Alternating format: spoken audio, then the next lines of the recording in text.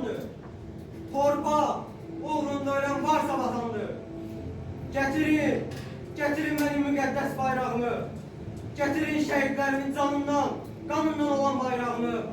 Getirin benim azadlığımı, getirin benim müstəqilliyimi. Bayraq bizim üçün namus deməkdir. Bayraq bizim üçün şərəf deməkdir. Bayraq bizim üçün mənlik deməkdir. Ey mavi göylərin al, mavi yaşıl süsü, bacımın gəlirliyi, şəhrimin son örtüsü. Işıl ışıl, dalga dalga bayrağım. Senin naxçıvanlı oxudun, senin naxçıvanlı yazacağım. Seni salamlamadan uçan kuşun yuvasını dağılacağım. Sənə mənim gözümlə baxmayanın məzarını qazacağım. Savaş bizi qanlı dağlara götürdüğü gün qızılında isimdir. Dağlardan çöllere düştüğümüz gün kölgene sığındı.